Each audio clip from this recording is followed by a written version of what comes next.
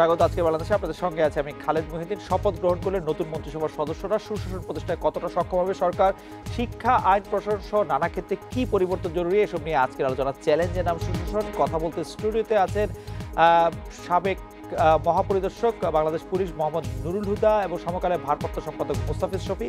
কিছুক্ষণের মধ্যেই সাবেক বেসামরিক বিমান পরিবহন ও পর্যটন মন্ত্রী AKM শাহজাহান কামাল, আমি অবশ্য দেখতে পাচ্ছি ওনাকে, উনি এসে যোগ দিবেন আমাদের সঙ্গে। জনাব নুরুল হুদা, আমি আপনার কাছে জানতে চাইবো যে সরকারের কাছে মানুষের প্রত্যাশা কি জানতে চাইলে, গত কিছুদিন ধরে আমি সামাজিক গণমাধ্যমে এই প্রশ্নটি করছিলাম এবং প্রশ্নটি দেখছিলাম, আরও অনেকে করছেন। তারা সবার আগে যে প্রত্যাশাটির কথা বলছেন সেটি হচ্ছে সুশাসন। এখন সুশাসন একটি সরকার যারা ভোটের মাধ্যমে জিতে আসে তাদের পক্ষে আসলে প্রতিষ্ঠা করা সম্ভব কিনা, নাকি তারা তাদের ভোটারদের বা তাদের কর্মীদের, তাদের দলকে বিভিন্ন রকম আমি যদি বলি বাড়তি সুবিধা বা বাড়তি দিতে চায়, তার ফলে সুশাসন প্রতিষ্ঠা করা তার জন্য সবসময় একটি চ্যালেঞ্জ। আপনি কি মনে করছেন? না, চ্যালেঞ্জ তো নিশ্চয়ই। একটা হচ্ছে যে যারা জনগণের প্রতিনিধি, অতএব জনগণের যে ইচ্ছার প্রতিফলনটাই যাতে হয় সেটাই তারা দেখবেন। এটা তাদের আইনগত দায়িত্ব, নৈতিক দায়িত্ব। এবং স্বাভাবিকভাবেই জনসাধারণ যারা ভোট দিয়েছেন তারা সুশাসন আশা করেন, আইনের শাসন আশা করেন, এবং আইনের চোখে সবাই সমান, সবাই যেন ইকুয়ালি ট্রিট হয়, যেটা আমাদের শাসনতন্ত্র বলে দেওয়া আছে, সেটাই তারা চাইবেন। এছাড়া কিছু ব্যক্তিগত পর্যায়ে চাওয়া পাওয়ার ব্যাপার আছে, স্থানীয়ভাবে জনগণের চাহিদার ব্যাপার আছে, সেগুলো তো তারা চাইবেন স্বাভাবিক। এবং যিনি প্রতিনিধি, তার এলাকার প্রতিনিধিত্ব করেন, তার এলাকার উন্নয়ন দেখবাও তার কাজ। তো সবাই যার যার উন্নয়ন দেখলে এটার সামগ্রিকভাবে দেশের উন্নতি হবে। তো আমি মনে করি যে তারা আইনের শাসনটাই সবচেয়ে বড় করে সবাই দেখতে চান আর কি। এবং এই ধরনের একটা বিরাট মেজরিটিতে যখন এসছে, তাদের প্রতি এক্সপেকটেশনও অনেক বেশি। কিছু প্রতিফলন কিন্তু আমরা দেখি অলরেডি। দুটো ঘটনা আমি স্পেসিফিক বলতে পারছি। একটা নোয়াখালী সুবর্ণচরে যে দুর্ভাগ্যজনক ঘটনা ঘটেছে, সেখানে কিন্তু অতি দ্রুত অ্যাকশন হয়েছে, 7-8 জনকে ধরা হয়েছে, এবং আমি আশা করি এটা দ্রুত তদন্ত হবে, বিচার হবে। আরেকটি যেটা রাজশাহীর একটি গ্রামের ঘটনা, যেটা বলা হচ্ছে কিছু লোক অন্তরীণ ছিল তাদের রাজনৈতিক চিন্তার জন্যে, রাজনৈতিক আচরণের জন্যে, সেখানে কিন্তু সরকারের উচ্চতম পর্যায়ের থেকে খুব কড়া নির্দেশ গিয়েছে, এবং সেখানকার জেলা ডেপুটি কমিশনার এবং সুপারিনটেন্ডেন্ট অফ পুলিশ তারা ওই এলাকায় গিয়েছেন, এলাকার লোকজনদের আশ্বস্ত করেছেন, এবং সেখানে স্বাভাবিক অবস্থা ফিরে এসছে। এবং আমি বিশ্বাস করি একই সাথে রাজনৈতিকভাবেও এটাকে দেখা হবে। অতএব লোকজনের আশা তো আমি অনেক বেশি, এবং যেটা আমি মূল কথাটা এটাই বলবো, লোকে আইনের শাসনটাই দেখতে চায়, যেটা আমাদের সামাজিক সংহতিটাকে নিশ্চিত করবে। জনাব নুরুল হুদা, আপনি সাবেক পুলিশ প্রধান, পাশাপাশি আপনি পুলিশ সংস্কার কমিটির একজন সদস্য। আপনি নিশ্চয়ই জানেন, আমি একজন যোগাযোগের ছাত্র হিসেবে যেটি দেখি সেটি হচ্ছে যে সুশাসন প্রতিষ্ঠা বা আইনের শাসন সেটি টু ওয়ে ট্রাফিক, মানে এটা পারস্পরিক আস্থার সাথেও তার অনেক নিবিড় সম্পর্ক রয়েছে। আপনি কি মনে করেন যে বাংলাদেশের পুলিশ সহ যারা আইন শৃঙ্খলা বাহিনী যারা আছেন তাদের সাথে নাগরিকের সম্পর্কটা আস্থার, যাতে করে এই সুশাসন প্রতিষ্ঠার ক্ষেত্রে যে ধাপগুলি পেরোনো আসলে সহজ কিনা? মানে জনগণের স্বতঃস্ফূর্ত সমর্থন ছাড়া কোনো পুলিশ ব্যবস্থাই সফল হতে পারে না, এটা সর্বজন বিদিত সত্য পৃথিবীর সব জায়গায়। তবে আইন প্রয়োগ যারা করে, একই সাথে জনসাধারণের মধ্যেও আইন মান্যতার একটা সংস্কৃতি গড়ে তোলবার প্রয়োজন আছে। তো এটা টু ওয়ে ট্রাফিকই। এখানে আইন প্রয়োগটা নির্মোহভাবে হবে, যেটা বলেছিলাম আইনের শাসন নির্মোহভাবে যদি আইনের প্রয়োগ হয়, তখন কিন্তু জনগণের মধ্যেও এই যে আইন মান্যতার সংস্কৃতিটা গড়ে তুলবে। একদল লোককে যেন কৃপা না করা হয়, একদল লোককে যেন অনুগ্রহ না করা হয়, আর একদল লোকের প্রতি যেন নির্যাতন না হয়। এটা যদি আমরা নিশ্চিত করতে পারি, তখন দেখা যাবে স্বয়ংক্রিয়ভাবেই জনগণের মধ্যেও এই আইন মান্যতার সংস্কৃতি গড়ে উঠবে। এবং পৃথিবীর অন্যান্য দেশে যেখানে পুলিশ ফোর্স খুব জনপ্রিয় বা দক্ষ, সেখানকার কিন্তু তাদের বড় মূলধন হচ্ছে কিন্তু জনগণের সম্পৃক্ততা, জনগণের বৃহত্তর জনগণের আইন মান্যতা। সেসব দেশে আমরা ইংল্যান্ডের উদাহরণ দিয়ে থাকি, সেখানকার বেশিরভাগ লোক বেশিরভাগ সময়ে তাদের বেশিরভাগ আইনগুলো তারা মেনে চলে, সেজন্যই সেখানে আইন প্রয়োগ খুব সোজা হয়। আমাদের লক্ষ্য হওয়া উচিত ওই রকম একটা পরিবেশ সৃষ্টি করা বাংলাদেশে। আমরা মোস্তাফিজ শফি আপনার কাছ থেকে জানতে চাইবো যে জনাব নুরুল হুদা যেটি বলছিলেন যে আইনের শাসনের ক্ষেত্রে যে পরস্পর সবারই সার্বিকভাবে অংশগ্রহণ, সেই ক্ষেত্রে আপনি মনে করেন কিনা, আমি পুরনো প্রশ্নটিতে আবার ফেরত যেতে চাই যে আসলে একটি দলীয় সরকারের পক্ষে সুশাসন প্রতিষ্ঠা করা বা সকলের জন্য সমান আইন প্রতিষ্ঠা করা এটি আসলে কতটা সম্ভব? সম্ভব অবশ্যই, যদি সদিচ্ছা থাকে। জি, মূল বিষয় হলো সদিচ্ছার। আমাদের রাজনীতি এবং আমাদের শাসন ব্যবস্থা এটা কিন্তু ধ্বংস হয়ে গেছে অনেক আগে। আমরা যদি বলি যে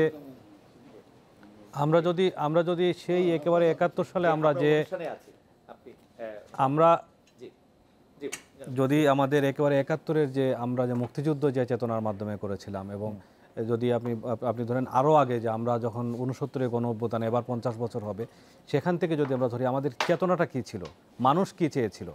তো আমরা কিন্তু স্বাধীনতার 3.5 বছর পরে কিন্তু মানুষের মূল প্রত্যাশা থেকে সরে এসেছি। আমরা আমাদের মুক্তিযুদ্ধের চেতনাকে ভুলুণ্ঠিত করেছি, এবং রাষ্ট্র ব্যবস্থা আসলে কিন্তু ওই আমাদের শামসুর রহমানের কবিতার মতো উদ্ভট উটের পিঠে চলেছে স্বদেশ, এরকম একটা পর্যায়ে ছিল। সেখান থেকে কিন্তু আমি বলবো যে আবার কিন্তু ব্যাক করেছে, আবার কিন্তু সামনে অগ্রগতিটা উদ্ভট উটের পিঠে পিছন দিকে যেটা যাচ্ছিল সেটা কিন্তু আবার একটা সামনের ট্র্যাকে ফিরে এসেছে। এবং গত কয়েকবারের যে সংসদ নির্বাচন হলো, 90-এর পরে যে সংসদ নির্বাচন হলো এবং সংসদীয় ব্যবস্থায় আমরা ফিরে আসলাম, সেখান থেকে কিন্তু একটা ধারা শুরু হয়েছে। আমি কোনো সময়ই হতাশাবাদী লোক না, আমি মনে করি যে অবশ্যই সম্ভব। বাংলাদেশের অনেক নেতিবাচক অনেক আলোচনা আমরা করতে পারবো, কিন্তু আমাদের অগ্রগতিরও তো অনেক বিষয় আছে।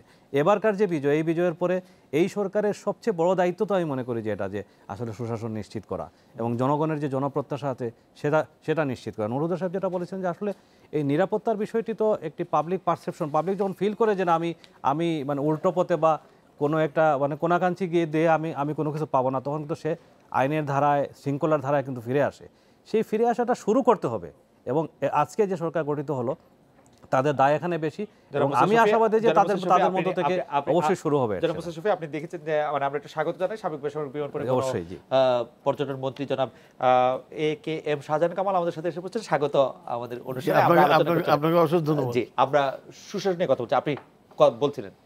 তো আমি যেটা মনে করি যে ধরেন এবারকার যে সরকার গঠিত হলো, আজকে যে সরকার গঠিত হলো, সেখানে কিন্তু প্রায় 31 জন নতুন মন্ত্রী হয়েছেন। এবার নতুন বলবো এই কারণে এই মন্ত্রিসভায় নতুন, হয়তো আগে ছিলেন 5 বছর আগে, 10 বছর আগে ছিলেন, এবং এর মধ্যে কিন্তু আমরা অপেক্ষাকৃত তরুণ মুখ বেশি দেখছি। আমি আস্থা রাখতে চাই সেই তারুণ্যের উপরই। আমাদের মাননীয় প্রধানমন্ত্রী, ওনার অনেক বয়স হয়েছে, কিন্তু ওনার মন মানসিকতা কিন্তু উনি এখনো তরুণ আছেন, এবং যার কারণে উনি এবার বেছে নিয়েছেন তরুণদের বেশি, এবং তাদেরকে সঙ্গে নিয়ে তরুণরা যখন সামনে থাকে তখন কিন্তু অনেক কিছু আশা আমাদের জাগে। আমাদের তরুণরা এই কথাটি কি সেলফ কন্ট্রাডিক্টরি হলো কিনা? মানে তিনি প্রধানমন্ত্রী বলেই তিনি তরুণ থেকে যাবেন, আর তার মন্ত্রিসভায় যারা মানে প্রবীণ হয়েছেন বা তার সমবয়সী তারা প্রবীণ হয়ে বাদ পড়বেন? না, আমি তারুণ্যকে দেখতে চাই হলো মন মানসিকতায়। ওকে, সেটা হলো মন মানসিকতা তারুণ্য দেখতে চাই, এবং আসলে দৃষ্টিভঙ্গি বিষয়টা কিন্তু এটা। আর শামসুর রহমান বলেছেন যে 80 বছরও কেউ তরুণ থাকতে পারে।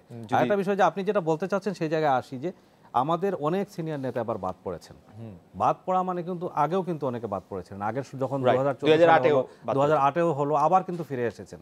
এটা কিন্তু একটি স্বাভাবিক প্রক্রিয়া। মন্ত্রিসভা আসবে এবং অনেক ধরেন এখন নতুন আসছেন, যখন প্রয়োজন হবে 9টা ফুল মিনিস্টার কিন্তু এখনো খালি আছে, 9টা ফুল মিনিস্ট্রি এখনো খালি আছে, যারা প্রতিমন্ত্রী আছেন, রাইট?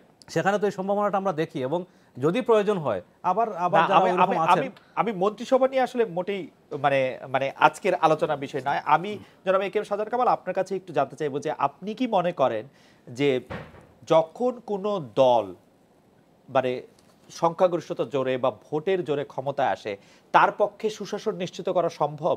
কারণ তাকে তো আপনাকে বা দলের লোকদের, আপনি দলের একজন এমপি, তার প্রতি যে দৃষ্টিভঙ্গি, যারা তার বিপক্ষে আছেন তার দৃষ্টিভঙ্গি কি সমান হওয়ার কথা? সম্ভব কিনা আসলে আপনি কি মনে করেন? মানে সুশাসন বলতে যদি আমরা বুঝি যে আইনের চোখে সকলের সমান, সেটি আসলে সোনার পাথর বাটি, নাকি এটি সত্যি সম্ভব? জনাব AKM শাহজাহান কামাল আপনার কাছে। আমি মনে করি একটা দল যখন ক্ষমতায় আসে এবং ব্রুট মেজরিটি নিয়েই আজকের এই আওয়ামী লীগ ক্ষমতায় আসছে। আওয়ামী লীগ একটি ঐতিহ্যবাহী দল, স্বাধীনতা আন্দোলন এই দলের মাধ্যমে জাতির জনক বঙ্গবন্ধু শেখ মুজিব তিনি মুক্তিযুদ্ধের ডাক দিয়েছেন।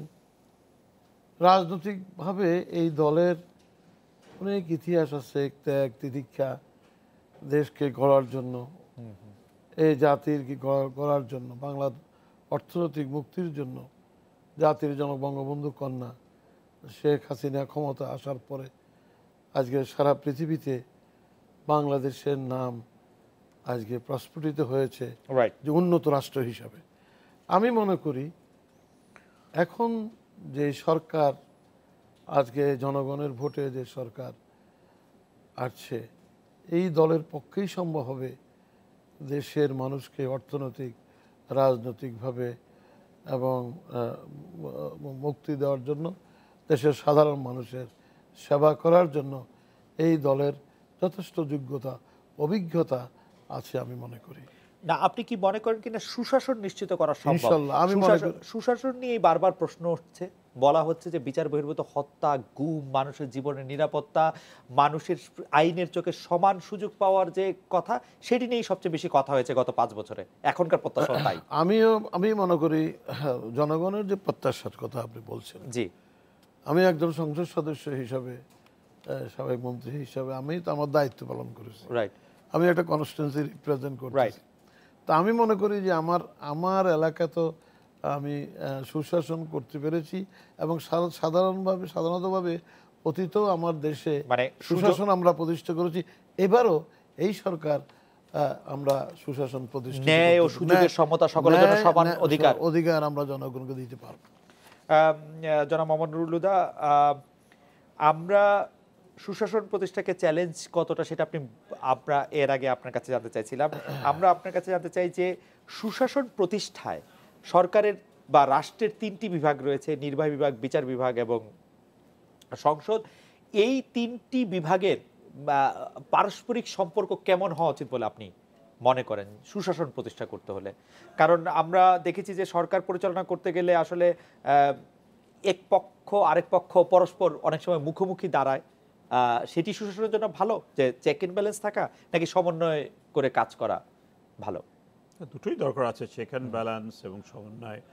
এই জন্যে যে যেটা আইন বিভাগ, যারা লেজিসলেশনের কাজ হচ্ছে, তারা আইন প্রণয়ন করবেন এবং সেই আইনটা প্রয়োগ করবেন নির্বাহী বিভাগ। আর জুডিশিয়ারির কাজ তো লেট ডাউন, তারা আইনের ইন্টারপ্রিটেশন করবেন। এবং আমাদের দেশের আমরা প্রকারান্তরে জুডিশিয়াল সুপ্রিমেসি আছে, কোর্ট যেটা মানে শেষ বিচারে কোর্ট যেটা বলবেন সেটাই থাকবে। এবং আমরা সুপ্রিম কোর্টকে মনে করি যে আমাদের শাসনতন্ত্রের তারা ইন্টারপ্রেটার, তারাই ঠিক করে। তো সেই নির্বাহী বিভাগ যাতে যথেচ্ছাচার না করে, তার জন্যে তো লেজিসলেটররা আছেন, যেটা লেজিসলেটরের আবার দুটো ভূমিকা। যিনি মেম্বার অফ পার্লামেন্ট, তিনি একভাবে তিনি মন্ত্রীও হতে পারেন। মন্ত্রী যিনি হচ্ছেন, তিনি কিন্তু ই কম্বাইন্স বোথ দি অফিস, তিনি লেজিসলেটরও আবার তিনি এক্সিকিউটিভও। তো এই ডুয়াল রোল ঠিক মতো পালন করতে হবে, তাকে জনগণের কথাও শুনতে হবে, আবার জনগণের যে অভিযোগ আছে সেই অভিযোগের প্রতিবিধানও করতে হবে। আর জুডিশিয়ারির কাজটা ওভারঅল দেখা আর কি সবসময়, যে এক্সিকিউটিভ যেটা নির্বাহী বিভাগ যেন যথেচ্ছাচার না করে, আইনের তার যে আওতা তার বাইরে না চলে যায়, তাকে চেকে রাখার তার একটা দায়িত্ব। আর যেটা পার্লামেন্ট, আমাদের তো পার্লামেন্টারি সুপ্রিমেসিও আছে দেশে। পার্লামেন্ট বড় আইন, যে আইন যদি মনে করা হয় যে ঠিক নাই, তো সেই আইন ঠিক করতে পারে না পার্লামেন্ট, ঠিক করতে পারে আর কি। অতএব সেখানেও পার্লামেন্টেও জনগণের অভিযোগ শোনা এবং দেখা, বিভিন্ন কমিটিজ আছে, কমিটির থ্রু দিয়ে এই কাজগুলো হয়। এইগুলোর একটা মানে যার যার জায়গা থেকে সবাই, এবং ম্যাচিওর ডেমোক্রেসিতে পরিণত গণতন্ত্রে সেটাই হয়, সবাই নিজের জায়গাগুলো জানেন, আমার আওতাটা কতখানি, সেই আওতার মধ্যে থাকেন। আমার মনে হয় আমরা গ্র্যাজুয়ালি, তবে আমি ওই কথাটা বলবো যে এই যে আইন শাসন, যেটা সুশাসনের কথা হচ্ছিল, দুই একটা পজিটিভ ইন্ডিকেশন আমি দেখি। আমি যে দুটো ঘটনার কথা বললাম, একটা নোয়াখালী সুবর্ণচরে এবং রাজশাহী, দুটো ঘটনায় কিন্তু অতি দ্রুত অ্যাকশন নেওয়া হয়েছে এবং সরকারের উচ্চতম পর্যায়ের থেকে এই কাজটা করে। সেখানেই কিন্তু এই যে কেউ আক্রান্ত হলে, কেউ যদি নির্যাতনের শিকার হন, কেউ কোনো অনভিপ্রেত পরিস্থিতির শিকার হন, সেখানে দ্রুত অ্যাকশন নেওয়া যাওয়া, সেখানেই কিন্তু সেটাই জনবান্ধব সরকারের একটা লক্ষণ। আমি তো প্রথম 1-2 দিনে খুব ভালো লক্ষণ দেখছি। এই কথা বরাবরই বলা হয় যে শক্তিশালী যদি একটি বিরোধী দল না থাকে তাহলে সরকারকে জবাবদিহি করাটা একটা মুশকিলের কাজ শুরু হয়। প্রশাসনের জন্য জবাবদিহি অত্যন্ত গুরুত্বপূর্ণ, যেহেতু বিরোধী দল কার্যত অনুপস্থিত এই সরকারে এবং এই সংসদে, এবং মাঠের বিরোধী দল বলতেও আসলে তেমন কিছু নাই। সেই ক্ষেত্রে মানে এই বিরোধী দলের ভূমিকা কে নিবে বা কে নিতে পারে সেটি সম্পর্কে একটু আপনার কাছে জানতে। বাংলাদেশের জবাবদিহি যখন আমাদের আদায় করার প্রশ্ন আসছে, তখন শক্তিশালী বিরোধী দল নাই, জবাবদিহিটা কে করবে এই সরকারের, বা কেউ করবে কি না? আচ্ছা, আমি আপনার এই প্রশ্নে আসি। আমি একটা মিস হয়ে গেছে, আপনার একটা প্রশ্ন ছিল আমার কাছে যে আসলে দলীয় সরকারের অধীনে সুশাসন নিশ্চিত করা সম্ভব কিনা। আমরা যদি না বলি তাহলে কিন্তু আমরা গণতন্ত্রকে অস্বীকার করি। গণতান্ত্রিক ব্যবস্থায় দলীয় সরকারের অধীনে কিন্তু সুশাসন নিশ্চিত হয়েছে, বিশ্বে বহু উদাহরণ আছে। বাংলাদেশেও সম্ভব যদি সদিচ্ছা সেটা থাকে। এটা বললাম।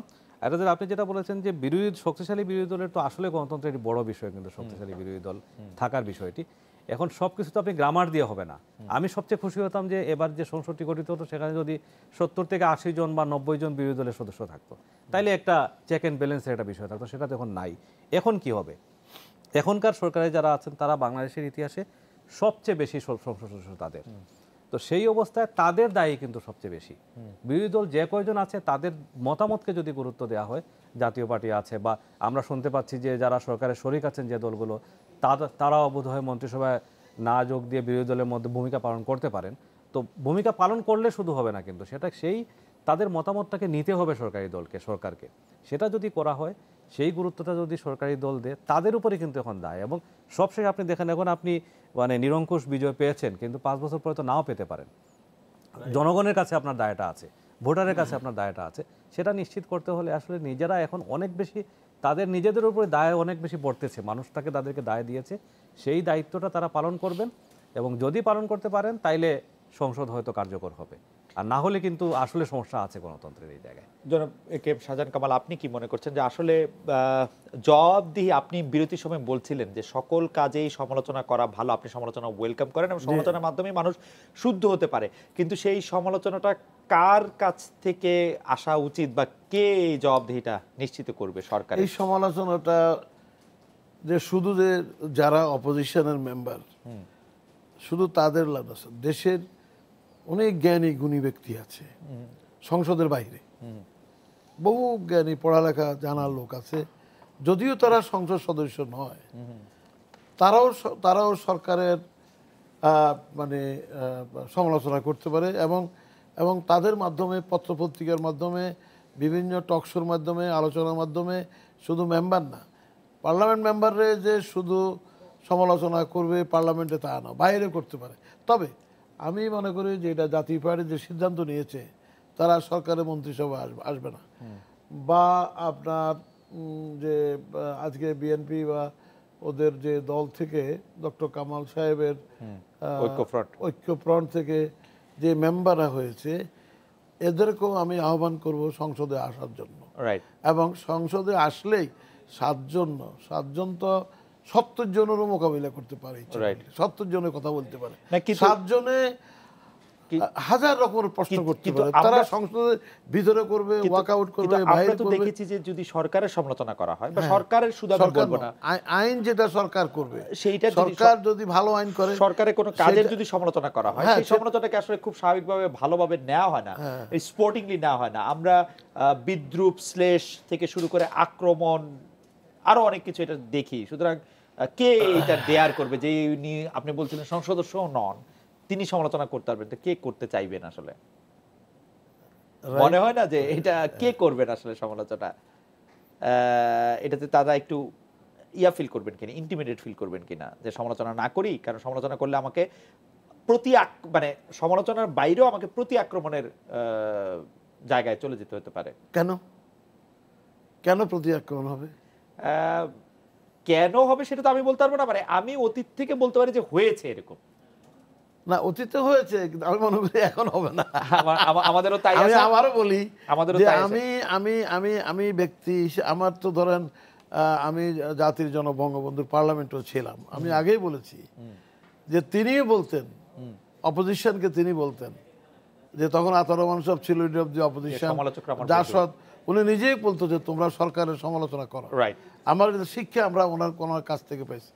আমাদের মাননীয় প্রধানমন্ত্রী শেখ হাসিনা, বঙ্গবন্ধুর কন্যা, তিনিও সমালোচনা প্রিয় মানুষ। তিনিও চান পার্লামেন্টের আপনার যে আইন করবে, আইনের উপরও তো আমাদের দীর্ঘ আলাপ আলোচনার মাধ্যমে অনেকগুলো আইন হয়েছে গত সরকারের সময়। ওকে। আমি মনে করি এখনও আমরা সমালোচনা প্রিয় মানুষ, আমরা সমালোচনায় বিশ্বাসী, এবং সমালোচনার মাধ্যমে সমালোচনার মাধ্যমে এই পার্লামেন্ট চলবে এবং ভবিষ্যতে জবাবদিহি সরকার, আমাদের সরকার জবাবদিহি সরকার আমরা আশা করি। আর আমরা এটা মেনে নিয়েছি এখন। রাইট। রাজনীতি করলে তা মেনে নিতে হবে, রাজনীতি করলে এটা মেনে নিতে হবে। জনাব নুরুল এটা হুদা, তো ব্যবসা নীতি নাই রাইট, যে আমি টেন্ডার দিলাম, ব্যবসায় আমি পাইলাম না পাইলাম। আমি আশা করব যে সবাই আপনার মতো এরকম হাসতে হাসতে সমালোচনা নেবেন। জনাব নুরুল হুদা, আমি বিরোধী দলের ভূমিকা বা জবাবদিহি আদায় করার ভূমিকায় আপনি কাকে দেখছেন এই যে সামনে যে সরকার আসছে সেই সরকারের যে অত্যন্ত ক্ষুদ্র হলেও যারা বিরোধী দল হিসাবে চিহ্নিত হয়েছেন এবং নির্বাচনে জিতে এসছেন, আমি মনে করি তাদের এই পার্লামেন্টে আসা উচিত। এবং যেটা জনাব কামাল সাহেব বললেন, অত্যন্ত সংখ্যায় ক্ষুদ্র হলেও তারা সেখানে কথা বলতে পারবেন এবং এই রকম পার্লামেন্টে তাদের প্রচুর স্পেস থাকবে। যে জিনিসগুলো বলতে চান জাতির কাছে, সেটা পৌঁছাতে হলে একটা তো মিডিয়া থ্রু দিয়ে পৌঁছানো যায়, ইলেকট্রনিক মিডিয়া, প্রিন্ট মিডিয়া, কিন্তু পার্লামেন্টে আপনি বললে এটা একটা অফিসিয়াল প্রসিডিংসের পার্ট হবে, সেটা একটা সুবিধা আছে। আর একটা হচ্ছে জনগণ জানছে, এবং আপনি 70-80 জন বা 100 জন বিরোধী দল থাকলে আপনি যে ফোকাসটা পেতেন, এখানে কিন্তু ফোকাসটা আরও বেশি পাবেন গণতন্ত্রের স্বার্থে। আমি মনে করি স্ট্র্যাটেজিক্যালি এই পার্লামেন্টেই সেটাই হবে। এছাড়া বিভিন্ন পেশাজীবী গ্রুপ বা যারা ওপিনিয়ন মোল্ড করেন দেশে, সে সমস্ত তারা তো সবসময় বলবেনই, কিন্তু এইটা হচ্ছে একটা বৈধ জায়গা, দি অ্যাপ্রোপ্রিয়েট ফোরাম যেটা পার্লামেন্ট, সেইখানে যে বলা উচিত। এবং যে জনগণ তাদের ভোট দিয়ে নির্বাচিত করেছেন, তাদের সেই বিশ্বাসের প্রতি শ্রদ্ধাশীল থাকলে তাদের তো পার্লামেন্টে যেতে হবে। এবং তাদের যে অভিযোগ আছে, সেই অভিযোগগুলো সেটা কতখানি ঠিক বা না ঠিক, সেটা বিচারেরও কিন্তু একটা জায়গা পার্লামেন্ট। সেখানে তারা তাদের অভিযোগগুলো তুলে ধরতে পারেন পুরো জাতির সামনে। অতএব এই সুযোগটা তাদের নেওয়া উচিত। এবং আমি মনে করি যারা নির্বাচিত হয়ে এসছেন তারাই সবচেয়ে বড় ভূমিকা নিতে পারবেন, যতই সংখ্যায় তারা কম হন না কেন। শফি ভাই, আমি আপনার কাছে যেটা জানতে চাইব, সুশাসনের সঙ্গে রাজনীতি এবং বিভিন্ন রকম আন্দোলন, বিক্ষোভ এবং কর্মসূচির একটি নিবিড় সম্পর্ক রয়েছে। আমি যদি বলি যে এই মুহূর্তে গার্মেন্টস ফ্যাক্টরিতে যারা কর্মরত শ্রমিকরা আছেন, তারা ঢাকার উত্তর দিকে বা উত্তরায় আন্দোলন করছেন, যানবাহন বন্ধ থাকছে মানুষের। তো সেইগুলি মোকাবেলায় আগামী 5 বছরে এরকম শিক্ষকদের আন্দোলন সামনে আসবে, ছাত্রদের আন্দোলন সামনে আসবে, পেশাজীবী অন্যান্য চিকিৎসকদের, সেইগুলি মোকাবেলায় সরকারের ভূমিকাটা কেমন আপনি দেখতে চান, সেটি আপনার কাছে একটু জানতে চাইবো। জনাব শাহজাহান কামাল আছেন, আমি তার কাছ থেকেও একটু জানতে চাইবো যে এইগুলি মোকাবেলা করার ক্ষেত্রে তাদের চিন্তা ভাবনাটা কেমন হয়। জনাব নুরুল হুদার কাছে জানতে চাইবো যে এইসব ক্ষেত্রে কোন বিষয়টি আসলে বেশি প্রায়োরিটাইজ করা হয়, যে এই মুহূর্তে রাস্তা আটকে আন্দোলন করা হচ্ছে, জনগণের এটি পরিষ্কার করে দেওয়ার জন্য শক্তি প্রয়োগ করা, বোঝানো আইন শৃঙ্খলা বাহিনীর আসলে কি করা উচিত। সুশাসনের সঙ্গে যেটা রাজনীতি এবং আন্দোলন এবং বিক্ষোভ এবং অন্যান্য কর্মসূচির যে সম্পৃক্ততা রয়েছে, তাতে সরকারের ভূমিকা কি হওয়া উচিত। এই মুহূর্তে আমরা গার্মেন্টস ফ্যাক্টরি শ্রমিকদের একটি আন্দোলন দেখতে পাচ্ছি উত্তরায়, সেটির ক্ষেত্রেও আসলে ভূমিকা কি আপনি দেখতে? আচ্ছা, এটা আমি দুইভাবে আসলে ব্যাখ্যা করতে চাই। একটা হলো যে মানুষ কিন্তু জ্বালাও পোড়া, মানুষের জানমালের ক্ষতি করে কোনো আন্দোলন পছন্দ করে না এখন। এটা 2014 সালে যে আন্দোলনটি হয়েছিল 5ই জানুয়ারির নির্বাচনকে কেন্দ্র করে, সেখান থেকে কিন্তু এক ধরনের মানুষের মধ্যে মানে পাবলিক কিন্তু পছন্দ করছে না। আবার আরেক দিকে যেটা হলো যে আমাদের দেশে যে বারবার যে বিভিন্ন সেকশন আন্দোলন করে, আমরা আমাদের সরকারগুলোকে তাদের দাবিগুলোকে বারবার ইগনোর করে, এটা কিন্তু তারা কিন্তু বাধ্য হয়ে রাজপথে নামতে।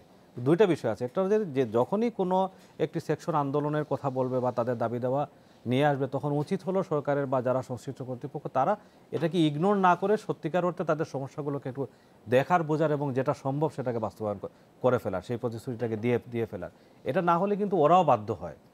তো দুই পক্ষেরই বিষয়। একটা হচ্ছে মানুষ কি পছন্দ করে সেটা একটা বিষয়। একটা নিয়মতান্ত্রিক আন্দোলন তো চলবে, গণতান্ত্রিক ব্যবস্থা তো আন্দোলন একটি বড় বিষয়, যায় আন্দোলনের মাধ্যমে অনেকগুলো দাবি আদায় করা যায়, কিন্তু সেটা নিয়মতান্ত্রিক হওয়া উচিত। আর একটা যেটা যে বিভিন্ন সেকশন যাতে রাস্তায় জানমালের ক্ষতি করার মতো পর্যায়ে না পৌঁছাতে পারে, সেই জায়গায় কিন্তু সরকারকে আরও একটু দায়িত্বশীল ভূমিকা নিয়ে তাদের বিষয়গুলোকে দেখা উচিত। জনাব শাহজাহান কামাল, আপনি কি মনে করেন যে সুশাসন নিশ্চিত করতে হলে তো সকল পক্ষের কথাই রাষ্ট্রকে ভাবতে হবে, শ্রমিকের মজুরিও যেমন ভাবতে হবে, আবার রাস্তা বন্ধ করে আন্দোলনের নাগরিক দুর্ভোগের কথা ভাবতে হবে। এই দুইয়ের মধ্যে আসলে না, রাস্তা বন্ধ করেই যে আন্দোলন, যে এইটা আমি বিশ্বাস করি না। আমাকে আন্দোলন করার মতো আন্দোলন করতে হলে আন্দোলনের অনেক প্রক্রিয়া আছে। আন্দোলনে আপনার রাস্তা বন্ধ না করে মিছিল করতে পারে, মিটিং করতে পারে, তারপরে ধরেন আপনার সরকারের সমালোচনা করতে পারে, পত্রপত্রিকায় আপনার বিভিন্ন মাধ্যম আছে বলতে পারে, সাংবাদিকেরা যে লেখালেখির মাধ্যম হতো সেটাও একটা আন্দোলন। সাংবাদিকরা তো দেশের অত্যন্ত মানে সঠিক ভূমিকা নিতে পারে, এবং সাংবাদিকরাই সঠিক ব্যক্তি যারা জনগণের কথা, জনগণের রায়ের, জনগণের উদ্দেশ্য, জনগণ কি চায় সেটা লেখার মাধ্যমে সেটা বলতে পারে। যেমন পার্লামেন্টে আমাদের সাংবাদিকেরা থাকে, তারাও সেখানে বসে লেখে, আবার বাইরে আছে পত্রপত্রিকা লেখে। এখন আপনি মানুষকে জিম্মি করি আপনি সুশাসন আদায় করবেন, মানুষকে জিম্মি করি আপনি আপনার আন্দোলন করবেন, এইটার পক্ষে আমি নয়। আমি মনে করি যে আন্দোলনের যে নীতি নির্ধারণ সরকার করে দিয়েছে, যে কোনো সরকার, আজকে আওয়ামী লীগ সরকার না আসি আপনার অন্য সরকারও আসতে পারত, কিন্তু সেটা যে কোনো সরকার আসুক দেশের উন্নয়নের দিকে আমাদের লক্ষ্য করতে হবে। আমরা গত 5 বছরে যে 10 বছর ক্ষমতা ছিল, মাননীয় প্রধানমন্ত্রী শেখ হাসিনার নেতৃত্বে এই সরকার চলছে, সেখানে আমরা তো আন্দোলন বন্ধ করি নাই। আমরা তো আন্দোলন বন্ধ করি নাই, কাউকে বললো না যে হরতাল বন্ধ করি নাই, জনসভা বন্ধ করি নাই, সব কিছু করতে পারছে। কিন্তু একটা জিনিস, সেখানে সরকারের যে জবাবদিহিতা, এইটা সরকার প্রমাণ করেছে সর্বক্ষেত্রে। যে কোনো বিষয়ে সরকার, পার্লামেন্টে আমরা জবাব দিয়েছি। এখনও এই সরকার আমি মনে করি যে সুশাসন কায়েম করতে হলে শুধু পার্লামেন্ট না, পার্লামেন্টে একেবারেই মানে একেবারে এটা আল্লাহ এবং আল্লাহ রসুল কর্তৃক বা এটা নাজিল হয়ে গেছে, এখানেই যা করি তাই হবে তা নয়। মানে আমি এটা বিশ্বাস, হ্যাঁ, মানে যে কোনো পাবলিক স্কয়ারে কথা উঠলে সেটির জবাব আপনারা দিয়েছেন। সেটা আমি একটা প্রশ্ন করি, আপনাকে প্রশ্ন করি। জি, জাতির জনক বঙ্গবন্ধু শেখ মুজিবুর রহমান, তিনি কি পার্লামেন্টে বসে স্বাধীনতা আন্দোলন ডাক দিয়েছে? এবারে সংগ্রাম, স্বাধীনতার সংগ্রাম না, সেটি পার্লামেন্টে বসে জনসভাতে দিয়েছে। উনি যে লিগ্যাল ফ্রেমওয়ার্কের উপরে নির্বাচন করছে, এটা উনি নিজস্ব ধ্যান ধারণার উপরে করছে। আমরা যখন জিজ্ঞেস করছি যে লিগ্যাল ফ্রেমওয়ার্কের উপরে আপনি ইলেকশন করতে পারছেন, আমি তখন ঢাকা বিশ্ববিদ্যালয়ে ছাত্র গেছিলাম, আপনাকে পাকিস্তানিরা ক্ষমতা দেবে যদি মেজরিটি পান? দিতেও পারে, না হয়তো, কিন্তু গণতন্ত্রে বিশ্বাস করি, গণতন্ত্রকে প্রাতিষ্ঠানিক রূপ দেওয়ার জন্যই আমি নির্বাচন করছি। আমি যদি ইস্ট পাকিস্তানের মেজরিটি হই, আমি অল পাকিস্তানের মেজরিটি। আমরা আমরা আমরা তারা যদি আমাদেরকে ক্ষমতা না দেয়, তাহলে আমরা এক দফা যাব। এটা তো বঙ্গবন্ধু তখন বলছে আমাদেরকে, আমরা সেই ধ্যান ধারণায় আমরা এখনো আছি। কাজেই আমি মনে করি যে আপনার অতি বাড়াবাড়ি সরকারও করবে না, করা উচিত না। অতি বাড়াবাড়ি কেউ বাইরে যে জ্বালাও পোড়াও আপনার আন্দোলন করবে, মানুষ হত্যা করবে, এটাও আমি বিশ্বাসী না। জনাব নুরুল হুদা, আমি যদি বলি সুশাসনের সঙ্গে যে রাজনীতি বা অন্যান্য কর্মসূচি যে নিবিড় সম্পর্ক রয়েছে, সেখানে আইন শৃঙ্খলা ভূমিকা কেমন হওয়া উচিত বলে আপনি মনে করেন? একদিকে আইন শৃঙ্খলা ভূমিকা রক্ষা করা বাহিনীতে একটা দায়িত্ব রয়েছে যে নাগরিকের সুবিধা করা বা নাগরিকের অসুবিধা দূর করা, অন্যদিকে আবার আন্দোলন তো একটি গণতান্ত্রিক সংস্কৃতির অংশ। সেই ক্ষেত্রে কি করা উচিত বলে আপনি মনে করেন? এখানে তো এগুলো তো তাদের আইনত তাদের দায়িত্ব, যেটা শান্তি শৃঙ্খলা রক্ষা করা। এখন এটা খুব ডেলিকেট ব্যালেন্স। একদিকে আমাকে শাসনতান্ত্রিকভাবে স্বীকৃত কতগুলো অধিকার আছে, সেই অধিকার আমাকে দিতে হবে, এবং সেই শাসনতান্ত্রিক অধিকার আপনার ভোগ করতে যে আপনি যদি আইন শৃঙ্খলা পরিস্থিতি সৃষ্টি করেন, সেখানে আইন শৃঙ্খলা পরিস্থিতি ভালো রাখবার দায়িত্ব যাদের, তাদের সাথে তা আপনার একটা সংঘর্ষ হবে। তো সেই সংঘর্ষ যাতে না হয় বা অত্যন্ত ন্যূনতম পর্যায়ে হয়, সেই ব্যবস্থা, সেখানে রাজনৈতিক ডাইরেকশন দরকার হবে। আপনি কিভাবে হ্যান্ডেল করবেন? আজকে যেমন এই গার্মেন্টসের যে উদাহরণটা আপনারা বললেন, গার্মেন্টস এটা যতদূর আমি জানি তার বেতন সংক্রান্ত ব্যাপার নিয়ে, এই বেতনটা কিন্তু অনেক আগে অ্যানাউন্স হয়েছে, তারা বলছে যে শতকরা 51% বাড়া দরকার ছিল, কিন্তু 15-20% বেড়েছে। এটা কিন্তু আলোচনার মাধ্যমে ফয়সলা করা যায় এবং স্কোপ আছে। বিজিএমইএ আছে, মিনিস্ট্রি অফ কমার্স আছে, লেবার আছে, তাদের সাথে বসে আলাপ করা যায়। আলাপ করে দেখা হোক যে কোথায় গন্ডগোলটা কোথায়। আন্দোলনটা কিন্তু যখন পে ডিক্লেয়ার হয়েছিল তখন শুরু হয়নি। তাহলে কি তারা ওয়েট করছিল যে একটা সুযোগ মতো সময় এসে করব? পেন স্লিপ পাওয়ার পর হ্যাঁ, তাহলে বোঝার একটা কিছু ব্যাপার আছে। সেই বোঝাপড়াটা তারা টেবিলে বসে করতে পারেন। এখন রাস্তা যদি বন্ধ করা হয়, এটা কিন্তু এয়ারপোর্টের মতো জায়গায় 5 ঘন্টা রাস্তা বন্ধ থাকলে আমাদের বিদেশি যারা বিনিয়োগ করবেন তাদের কাছে কি মেসেজ যায়, যেখানে একটা স্ট্রং গভর্নমেন্ট আসছে এখন, কিন্তু এই উল্টা জিনিস যাবে যে এই গভর্নমেন্টের তো কোনো কন্ট্রোল নাই, এটা যারা এই দেশের ভালো চান না তারা করবেন। কিন্তু অ্যাট দ্য সেম টাইম এই লোকদের সাথে বসার দরকার আছে আমার মনে হয়, বসে দেখা কোথায় তারা এই বিলম্বে এই যে মুভমেন্টটা করছেন এবং যেটা যার একটা প্রায় একটা ধ্বংসাত্মক রূপ নিয়েছে সেটা বুঝতে হবে আর কি। ফলে এখানে আপনার রাজনৈতিক নেতৃত্ব দেখতে হবে যে গণ্ডগোলটা কোথায়। কিন্তু আইন শৃঙ্খলা যারা প্রয়োগ করবেন তাদের তো এই দায়িত্ব না, তারা শান্তি শৃঙ্খলা বজায় রাখবেন এবং বৃহত্তর জনগণের যাতে কষ্ট না হয়। আজকে তাদের আন্দোলনের জন্য কিন্তু ঢাকায় প্রচুর ট্রাফিকের সমস্যা হয়েছে এবং সেখানে বৃহত্তর সমাজের সবাই এটা ভুক্তভোগী হয়েছেন। অতএব এইটা কাঙ্ক্ষিত নয়। আমার মনে হয় রাজনৈতিক নেতৃত্বের যদি ইন্টারভেনশন থাকে সেক্ষেত্রে তারা আইন শৃঙ্খলা যারা প্রয়োগ করেন তাদেরকে ঠিক ডাইরেকশন দিতে পারবেন এবং সে মতো আমরা চাই, কিন্তু আমাদের পুলিশিং ফিলসফিটাই হওয়া উচিত, যেটা ব্রিটিশদের কাছ থেকে আমরা নিয়েছি, যে ন্যূনতম শক্তি প্রয়োগ করে শান্তি শৃঙ্খলা রক্ষা করা এবং শান্তি বজায় রাখা, এইটাই উদ্দেশ্য হওয়া উচিত। আমরা একটা বিরতি নিচ্ছি। বিরতির পর জনাব কে এম শাহজাহান কামাল আপনার কাছে ফিরতে চাই যে একটি কথা তো খুব বলা হয়েছে গত সরকারের সময়, যে এই সরকার খুব বেশি আমলা নির্ভর, খুব বেশি তারা হচ্ছে সেটি সামরিক বেসামরিক পুলিশ আইন শৃঙ্খলা বাহিনী তাদের উপর তারা খুব বেশি নির্ভর করছে রাজনীতিবিদদের চেয়ে বেশি। আপনি মন্ত্রী ছিলেন, আপনি চিফ এক্সিকিউটিভ ছিলেন একটা জায়গার, আপনিও এরকম ফিল করেছেন কিনা? শাহজাহান কামাল, আমরা প্রশ্ন করেছিলাম যে সরকারকে আমলা নির্ভর এবং রাজনীতিবিদদের চেয়ে আমলাদের উপর তাদের আস্থা বেশি, এবং আপনারও এরকম মনে হয়েছে কিনা?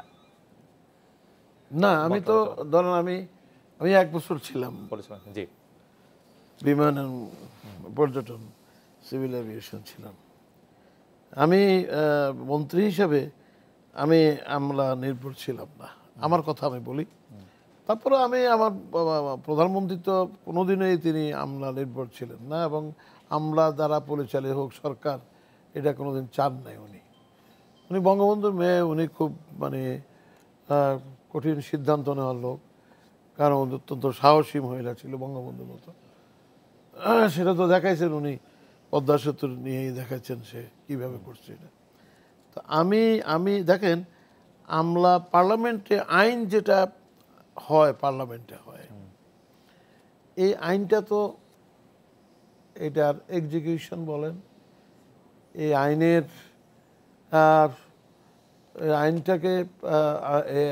আইনটাকে জনগণের মধ্যে যেটা আইনটা হবে জনগণের কাছে পৌঁছায় দেওয়া, এটা তো আমলাদের দরকার হয়। আমলা ছাড়া তো এই আইনটা হয় না। যেন ডিসি বলেন, ডিস্ট্রিক্ট এসপি বলেন, সেন্ট্রালে বলেন, আমাদের উনি তো পুলিশের বড় অফিসার ছিলেন, ওনারাও দেশ দায়িত্ব নিয়ে চালায়। মানে একটি কথা এরকম বলা হয়েছে যে 2014 সালের ইলেকশনটি যেহেতু বেশিরভাগ বিরোধী দল অংশগ্রহণ করে নাই, সেহেতু সেই ইলেকশনটি করার জন্য বা করার পরে সরকারকে আসলে সাহায্য নিতে হয়েছে যারা ইলেকশনটি করে দিয়েছেন তাদের উপর। অর্থাৎ আমি এটা বিশ্বাস করি না। 2014 সালে যে নির্বাচনটা হয়েছে, সেই নির্বাচনে যেটা বলছেন সেটা কোনো আমলা নির্ভর কোনো সরকার, এই ধরনের সরকার সেটা ছিল না।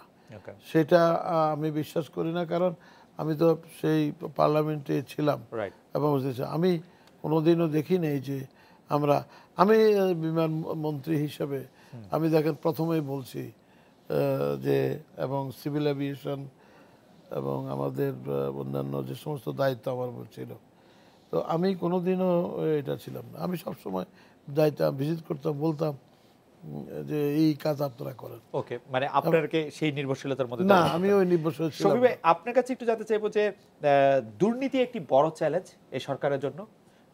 আপনার কাছে দুর্নীতি দমন কমিশনের যে রোল আমরা গত বছর দেখেছি, সেটার মধ্যে একটা সমালোচনার জায়গা ছিল যে সরকারের যারা শীর্ষ পর্যায়ে আছেন, সরকারের যারা ম্যাটার করেন, তাদেরকে আসলে দুর্নীতি দমন কমিশন কিছু বলে না। এবার এটি একটু পরিবর্তন হবে কিনা?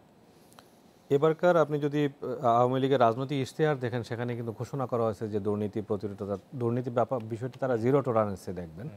এটা যদি সত্যিকার অর্থে দেখতে হয় তাহলে কিন্তু দুদককে শক্তিশালী করতে হবে এবং ওই যে একবার রাজনৈতিক প্রভাব বলয় থেকে, সরকারি প্রভাব বলয় থেকে বের করতে হবে। তো আমি যেটা মনে করি যে আসলে বের করাটার উচিত, আমাদের প্রত্যাশা কিন্তু বের করা। আমি জানি না এখনো, আমি মনে করছি যেহেতু জিরো টলারেন্স নীতি ঘোষণা করা হয়েছে এবং এত বড় একটি মেজরিটি নিয়ে সরকার এসেছে, তাদের দায়িত্বের মধ্যে কিন্তু পড়ে এখন এটা, এবং তাদের করতেই হবে। তারা এটা যদি না করেন তাহলে বাংলাদেশে কিন্তু উদাহরণ দুই রকমই আছে। এটাও যে একেবারে বিশাল মেজরিটি নিয়ে সরকার আসে, পরের বার আবার এসে কিন্তু একেবারে মানে 30 সিটে নেমে যায়, 20 সিটে নেমে যায়, এরকম উদাহরণ কিন্তু আমাদের এখানে হয়েছে অনেক। তো অবশ্যই যে প্রতিশ্রুতিটি দেওয়া হয়েছে এবারকার নির্বাচনী ইশতেহারে, সেই প্রতিশ্রুতি সরকারকে রক্ষা করতে হবে এবং সেটা করতে হলে দুদককে শক্তিশালী করতে হবে, দুদককে প্রভাব বলয়ের ঊর্ধ্বে উঠে কাজ করতে দিতে হবে। আসলে আমাদের এক ধরনের তো মানে এই আনুষ্ঠানিক হয়তো প্রভাব নাই, মানে এই প্রশাসনিক হয়তো প্রভাব নাই, কিন্তু ওই যে মুখ দেখে এক ধরনের সিদ্ধান্ত গ্রহণের একটি বিষয় কিন্তু আছে, এটা আমাদের অস্বীকার করার কোনো উপায় নাই। সেই জায়গাটাকেও যেহেতু জিরো টলারেন্স আমরা বলছি, সেই জায়গায় আসলে একেবারে আমি মনে করি যে এটা মাননীয় প্রধানমন্ত্রীকে এই উদ্যোগটি নিতে এবং বলতে হবে যে না, আমার সরকারে এই বিষয়টি আমি এবার আসলেই জিরো টলারেন্সে আমি যাব এবং দুদক সেই জায়গায় তার মতো করে স্বাধীনভাবে কাজ করবে। সেটা যদি সম্ভব হয় তাহলে জনপ্রত্যাশা পূরণ হবে। জনরুদা, আপনি কি মনে করছেন দুর্নীতি দমন কমিশনকে কি সেই মাত্রায় শক্তিশালী এবার করবে সরকার যে এখানে আসলে জিরো টলারেন্স আসলে মিন করে সে? হ্যাঁ, সন্দেহ করার তো কোনো কারণ নাই। তার কারণ পৃথিবীব্যাপী সব জায়গায় স্বীকার করে নেওয়া হচ্ছে যে দুর্নীতি সুশাসনের পথে একটা বড় অন্তরায়। অতএব জনগণের দ্বারা নির্বাচিত সরকার, তারা এই উন্নয়নের পথে যে বড় অন্তরায় এবং সুশাসন নিশ্চিত করার পথে যেটা বড় অন্তরায়, সেটা সে খুব কঠোরভাবেই দেখবেন। এবং তাকে তো আইনে ক্ষমতা দেওয়া আছেই এই শাসনতান্ত্রিক এই প্রতিষ্ঠানকে। সেখানে যারা কাজ করছেন তাদেরও শতপ্রবৃত্ত হয়ে এই কাজটা করতে হবে এবং সেক্ষেত্রে তারা যেন সরকারের সমর্থন পান, সেটাও সরকারকে নিশ্চিত করতে হবে। এবং সরকার নিশ্চয়ই পৃথিবীতে পরিচিত হতে চায় একটা দুর্নীতিমুক্ত প্রশাসন ব্যবস্থার মাধ্যমে তাদের নিজেদের সুনামের জন্যে। এবং আন্তর্জাতিক পর্যায়ে বাংলাদেশ এখন যখন উন্নয়নের সিঁড়িতে উপরে উঠছে এবং আমাদের জিডিপি বলা হচ্ছে যে এবছরও 7.56 থাকবে, সেক্ষেত্রে আমরা যদি দুর্নীতি দমনকে আমার অগ্রাধিকার না দিই, তাহলে এটা জিনিসটা পরস্পর বিপরীতমুখী হয়ে যাবে। আমার মনে হয় না কোনো নির্বাচিত গণতান্ত্রিক সরকার এই পথে কোনো অন্তরায় সৃষ্টি করবে। জনাব শাহজাহান কামাল, আপনি কি মনে করেন যে দুর্নীতি প্রশ্নে কি জিরো টলারেন্স যেটি ইশতেহারে বলা হয়েছে সেটি? আমি একমত।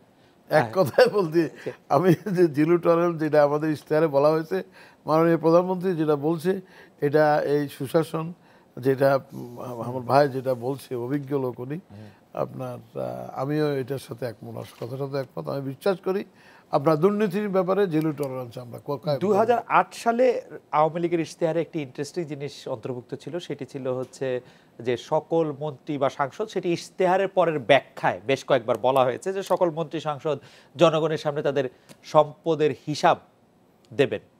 এটি করলে কি ভালো হয় না? আমি মনে করি জি, সম্পদের হিসাবটা দেওয়া ভালো। প্রত্যেক মন্ত্রী, প্রত্যেক এমপি, এবং শুধু মন্ত্রী এমপি নয়, এই দেশে বড় বড় সবাই, সেক্রেটারি বলেন, আপনার বিচারকরা বলেন, এবং প্রত্যেকের সম্পদের হিসাবটা দেওয়া, সাংবাদিকদের মধ্যে অনেকে বড় লোক হয়ে যাচ্ছে। না, কিন্তু সেই হিসাবটা কি সত্যিকার অর্থে দেয়া হয় কিনা এবারকার হলফনামায় যদি আমরা দেখি, সেটা তো আসলে হয় না। অনেক সময় দেখা যায় যে রাজনীতিবিদের চেয়ে তার স্ত্রী বেশি মানে ধনী, তারপরে দেখা যায় যে উপহার হিসেবে গাড়ি পেয়েছে, এরকম নানা রকম গোজামিল থাকে। কিন্তু তবু দিলে ভালোটা কি, দিলে একটা জিনিস প্রতিষ্ঠিত, স্ত্রীর নামে থাকলেও এটা লোকে বোঝে এটা হিসাবে এবং সুযোগ পাওয়া ঘোষণাটা যায়। সামনে সুযোগ রাখলে পাওয়া যায়। ওইটা হ্যাঁ, যে হ্যাঁ, নিয়মটা আছে সেটা পুনঃস্থাপন আবার করার দরকার। মানে জি। যে সরকারি কর্মচারীদের ব্যাপারে পরিষ্কার বলা আছে তাদের প্রত্যেক বছর তাদের স্থাবর অস্থাবর সম্পত্তির হিসাব দিতে হবে। যারা রাজনীতিতে আছেন তারা তাদের পার্টি ওয়াইজ প্রধানমন্ত্রীর কাছে দিতে পারেন। তার এটা ওপেন থাকলেই ভালো। পৃথিবীর অনেক জায়গায় তারা রাজনীতিবিদরা তাদের সম্পদের হিসাব আগেই দেন, ওয়েবসাইটে দিয়ে থাকলো দেন। আমি আপনার সাথে একমত এবং আমি আরো আপনাকে বলতেছি যে আমার অভিজ্ঞতাতে বলছি, আমি মনে করি সম্পদের হিসাবটা আপনার যেমন আমাদের প্রত্যেক জেলায় প্রত্যেক থানায় যে সমস্ত বা সরকারি কর্মকর্তা আছেন, সেখান থেকে নিচের থেকে উপর থেকে নিচ পর্যন্ত প্রত্যেকের হিসাব সরকারের কাছে সম্পদের হিসাব প্রতি বছরে দিতে হবে, দেওয়া উচিত। এবং সেটা জনপ্রতিনিধিদেরও দেওয়া উচিত। আমি তো জানি শুনি অনেকেই সাধারণ একজন কর্মচারী বলেন সাধারণ একজন কর্মচারী বলেন যেটা হ্যাঁ তাদেরও বিপুল সম্পত্তির মালিক তারা, সম্পদ মালিক তারা সেটা হয়েছে। পিওনেরও আছে সম্পদের মালিক। না, সেটা- একজন পিওনও কোটি কোটি টাকার মালিক সম্পদের, সেটা- টাকা দিয়ে দিতে বাড়িয়েছে। আমরা অনেক মিটার রিডার না অনেক তো অনেকের এইটা কথা কিন্তু আমাদের দেশে হচ্ছে না কেন? রাইট। আমরা এটা সবই দেখবো। জনাব AKM শাহজাহান কামাল, জনাব নুরুল হুদা এবং জনাব মুসাফির শফি, আপনাদের অনেক ধন্যবাদ। এই ছিল আজকে আপনাদের সাথে দেখা হচ্ছে আগামীকাল এই সময়। শুভরাত্রি।